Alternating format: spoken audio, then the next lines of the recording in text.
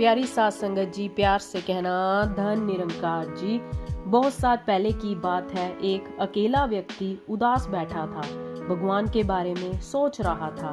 तभी भगवान उसके सामने आते हैं और भगवान को आमने सामने पाकर वह व्यक्ति भगवान से पूछता है कि भगवान, मैंने इस जीवन में बहुत सी असफलता ही देखी है और मैं अब बहुत थक गया हूँ। इन सब से बहुत निराशा हूँ। मैं हार चुका हूँ इस जीवन से।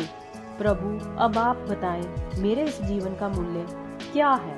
क्या कीमत है मेरे जीवन की? तब भगवान ने उसको एक चमकीली नीले रंग का पत्थर दिया और कहा कि तुम इस पत्थर की असली कीमत पता करके मुझे बताओ, लेकिन याद रखें, तुम्हें यह पत्थर बेचना बिल्कुल भी नहीं है। तुम्हें सिर्फ इसकी कीमत पता करनी है। जब तुम इसकी कीमत पता कर लोगे, तुम्हें अपने जीवन की कीमत भी पता चल जाए। फिर वह व्यक्ति वहां से चला गया। वह पत्थर लेकर अब वह व्यक्ति सबसे पहले चमकदार पत्थर को लेकर एक सब्जी वाले के पास जाता है और सब्जी वाले से पूछता है कि इस पत्थर को आप कितने में खरीद दोगे? तब सब्जी वाला उस पत्थर को अच्छे से देखता है और कहता है कि मैं तुम्हें इसके बदले, यह मेरी सब्जियां हैं, यह आपको दे दूंगा। आप मुझे यह पत्थर दे दो। वह आदमी बोला कि नहीं, मैं इसको बेच नहीं सकता। मैं सिर्फ इसकी कीमत पूछ रहा हूँ। फिर उसके बाद वो आदमी वहां से चला गया और जाकर एक फल वाले के पास जाता है। अब उससे बोलता है कि भाई, आप यह पत्थर कितने में खरीदोगे? तब वह फल वाला उसको बड़े ध्यान से देखता है और कहता है कि मेरे पास एक बोरी सेब है। मैं उन सेब के बदले यह पत्थर ले सकता हूँ। तुम मुझसे ये सेब ले लो और यह पत्थर मुझे दे दो। उस आदमी ने फिर वही कहा कि नहीं, मैं इस पत्थर को बेच नहीं सकता। मैं सिर्फ इसकी कीमत जानना चाहता हूँ। धन्यवाद। और फिर वहां से चला जाता है। फिर वह आदमी आगे जाकर एक सुनार की दुकान पर जाता है। अब उस सुनार के पास बहुत सारे जेवरात थे। फिर वह सुनार के पास जाकर बैठता है और उसको वह पत्थर देता है और पूछता है कि इस पत्थर की आप मुझे क्या कीमत दे सकते हैं? सुनार उस पत्थर को बड़े ध्यान से जानता है और बोलता है कि मैं तुम्हें इस पत्थर के 1 करोड़ रुपए दे सकता हूँ। तब उस व्यक्ति ने उससे कहा कि नहीं, क्षमा करें, मैं यह पत्थर बेच नहीं सकता।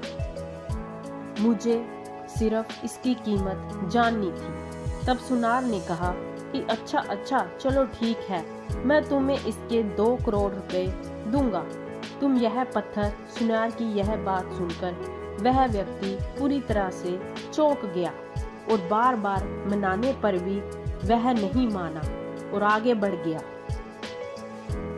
आगे एक हीरे के व्यापारी के पास जाता है। जब वह दुकान के अंदर जाता है और इस हीरे के व्यापारी को वह पत्थर दिखाता है, तब हीरे का व्यापारी काफी देर तक उस पत्थर को देखता है। फिर उसको जांचा परखा और अंत में एक मलमल का कपड़ा लेकर उस पत्थर को उसके ऊपर रखता है और उस पत्थर के आगे हाथ जोड़कर सर झुकाता है और कहता है कि भाई, यह पत्थर कहाँ से लाए हो? यह कोई आम पत्थर नहीं है, यह दुनिया का सबसे कीमती खजाना है। इसके लिए दुनिया की सारी दौलत भी खर्च हो जाए तो भी कोई भी उस पत्थर को खरीद नहीं सकता।